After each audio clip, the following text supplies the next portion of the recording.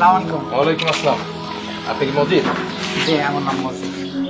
আপনার ভাতিজা যে কয়েকদিন থেকে নিখোঁজ, এটা কি আপনি জানেন?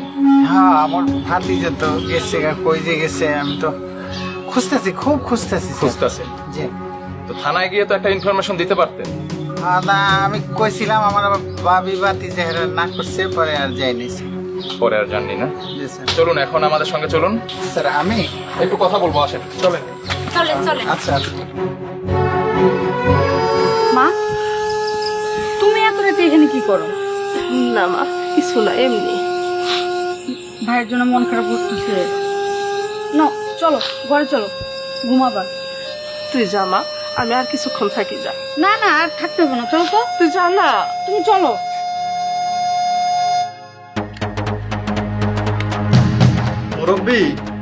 মুরব্বীর মতো সম্মান রাখার চেষ্টা করবেন, নইলে কিন্তু। আমার অফিসার যা বলেছে বুঝতে পারছেন তো? হ্যাঁ স্যার, পাচ্ছি স্যার। তাহলে এবার বলেন, আপনার ভাতিজাকে কেন আপনি মারলেন? আরে, কি একটা কথা বল স্যার, আমার নিজের ভাতিজারা আমি মারছি স্যার, কি কমু স্যার। 18 লাখ টাকার জন্য ভাতিজারে খুন করলেন? আরে আল্লাহ, 18 লাখ টাকা উল্টা আমার কাছ থেকে সে 3 লক্ষ টাকা নিচ্ছে স্যার, জানেন? ব্যবসা করার কথা কয়ে আপনার কাছ থেকে টাকা নিছে? হ্যাঁ নিচ্ছে, নিচ্ছে স্যার, নিচ্ছে, সত্য কথা স্যার। কিসের ভিত্তিতে টাকাগুলো নিছে? এই ব্যবসা করবো কইছিল, কিন্তু কি ব্যবসা? কি ব্যবসা স্যার, এটাই তো সমস্যা। এটা জানলেই তো তাইলে তারে আমরা খুঁজে পাওয়ার একটা ক্লু পাইতাম স্যার। দেখুন, স্যার আপনি আমাদের সঙ্গে কোনো রকম চালাকি করার চেষ্টা করবেন না। স্যার বিশ্বাস করেন স্যার, আমি কোনো আসলে চালাকি স্যার করতেছি না। আচ্ছা স্যার, একটা কথা কইছি স্যার, কমো বলেন।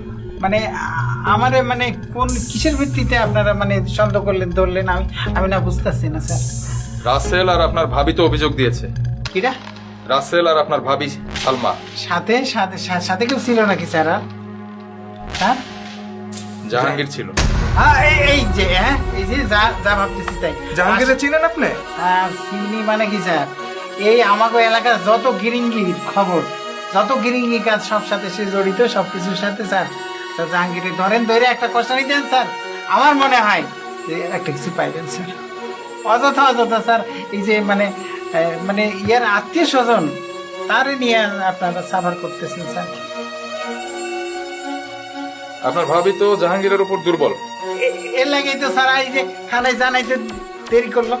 আমি প্রথমেই কইছিলাম, আমি যখন পাবেলের পাইলাম না, কইলাম যে থানায় দেন, না যাবো না।